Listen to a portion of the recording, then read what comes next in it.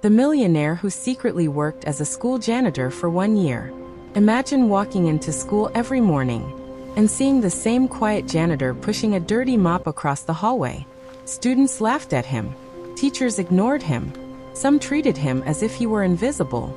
But what if that man wasn't poor? What if he was secretly one of the richest men in the country? And what if he had taken that job for one reason?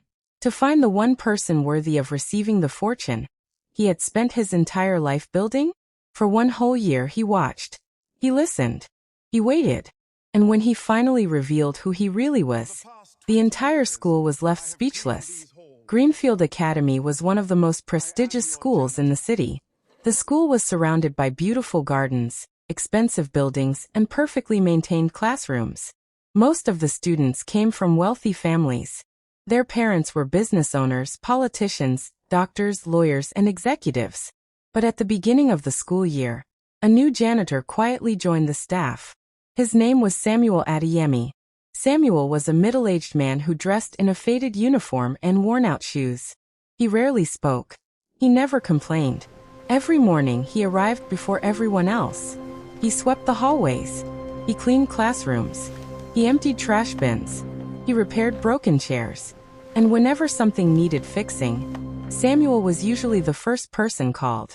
To everyone at Greenfield Academy, he was simply the janitor. But there was something nobody knew. Samuel Adeyemi was not an ordinary janitor. He was a billionaire. He was the founder of one of the country's largest construction and technology companies. His businesses were worth more money than most people could imagine. He owned expensive homes, companies, investments, and more money than his family could spend in several lifetimes. So why would a billionaire choose to spend an entire year cleaning floors at a school? The answer was simple. Samuel was searching for an heir. His children had grown up surrounded by wealth, but Samuel had watched them become increasingly entitled. His relatives constantly argued about his money. His business partners praised him whenever they needed something. Even people who barely knew him suddenly became friendly when they discovered how wealthy he was. Samuel began asking himself a difficult question. If I gave my fortune to someone today, how would I know they truly deserved it? He couldn't find the answer, so he decided to disappear. He changed his appearance. He left his expensive clothes behind. He stopped using his usual vehicles. And he applied for a job as a janitor at Greenfield Academy. He wasn't there to clean floors. He was there to study people. Samuel quickly became part of the school's background. Most students didn't even bother learning his name. Some simply called him Old Man. Others deliberately dropped pieces of paper on the floor after watching him clean. One group of wealthy students found his old shoes particularly amusing. Whenever Samuel walked past them, they laughed. Look at the janitor's shoes. Maybe he can't afford new ones. Why does he always look so serious? Samuel heard everything, but he never argued. He simply smiled and continued working. What they didn't know was that Samuel had spent decades dealing with difficult people. He wasn't interested in their insults. He was interested in what those insults revealed about them. Unfortunately, some of the teachers weren't much better. One teacher constantly ordered Samuel around. Clean my office. Move those boxes. Why is this classroom dirty? Another teacher blamed Samuel whenever something went missing, even though there was never any evidence against him. To them, he was just a low-level worker, someone who existed to serve them.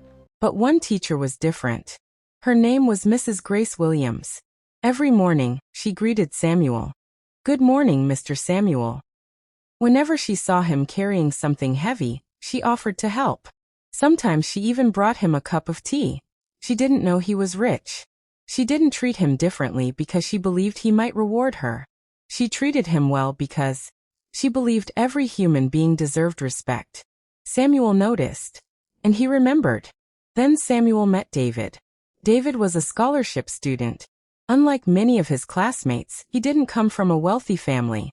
His uniform was always clean but slightly worn.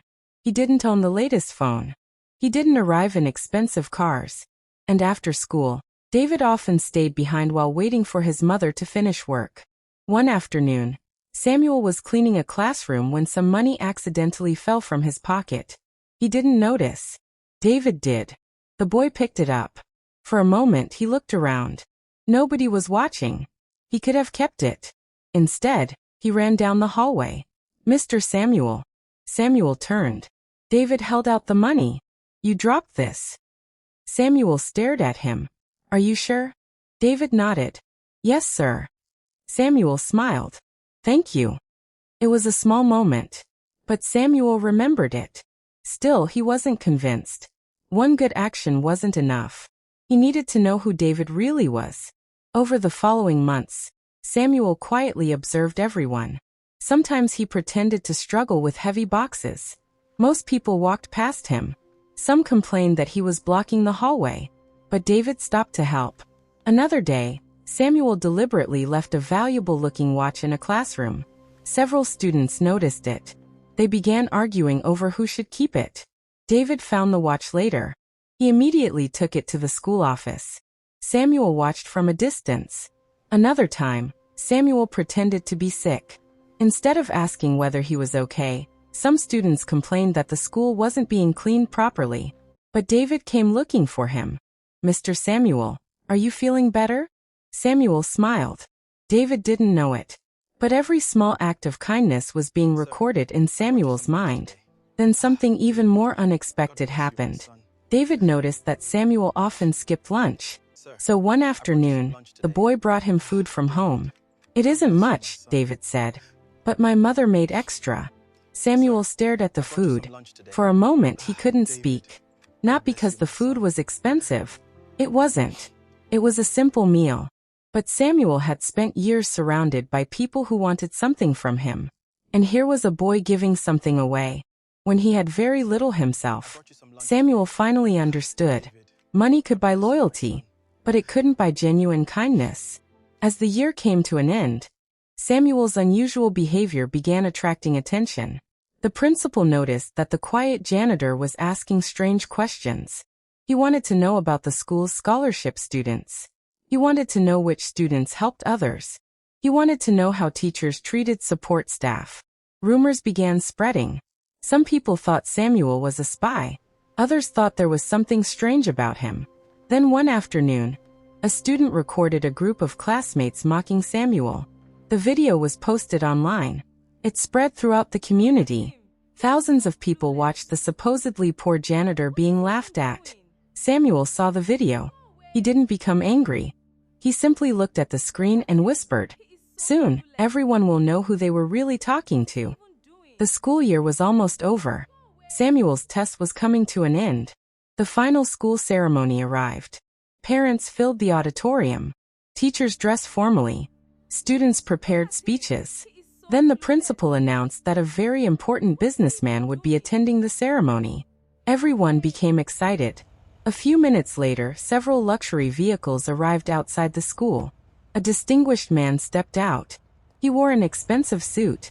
People immediately recognized him. It was Samuel Adeyemi, the billionaire. The businessman whose name appeared regularly in newspapers. The principal rushed forward to welcome him.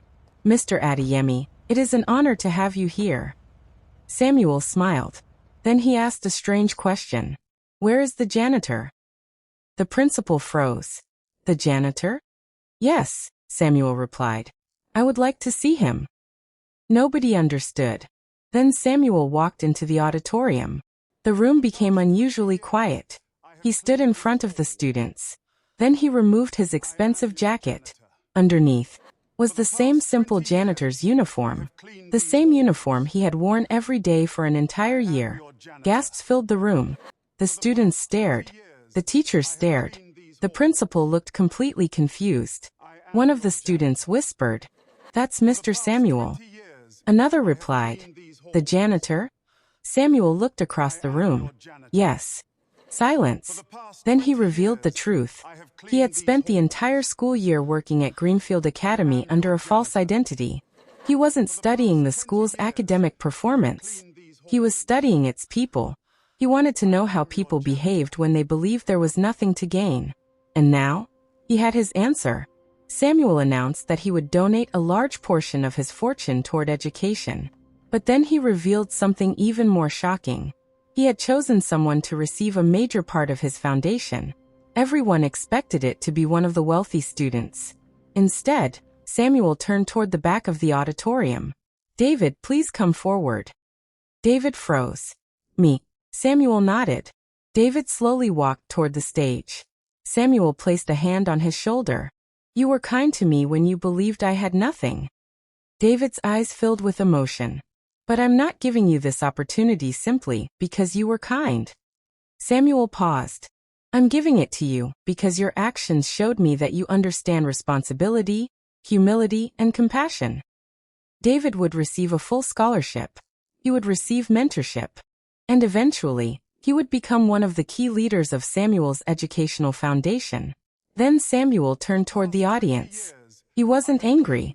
He didn't insult anyone. He simply said, "You didn't fail because you thought I was poor." The auditorium became completely silent. "You failed because you believed being poor made someone less worthy of respect." Nobody moved. Nobody laughed. The same students who had mocked his shoes now looked at the floor. The teachers who had ignored him couldn't meet his eyes. And the principal finally understood why Samuel had spent an entire year cleaning the very hallways where people had treated him as invisible. Samuel's experiment taught the entire community something they would never forget. True character isn't revealed by how we treat powerful people. It is revealed by how we treat people who cannot do anything for us. It is easy to respect a billionaire. It is easy to smile at someone who can open doors for you. But how do you treat the cleaner? How do you treat the security guard? How do you treat the waiter? How do you treat the person wearing old clothes? That is where character is revealed. David had almost nothing, but he possessed something far more valuable than money: a good heart. And Mrs. Grace had also shown that same quality. She had never known Samuel was wealthy. She simply treated him like a human being. Samuel learned that day that wealth can buy comfort. It can buy beautiful houses.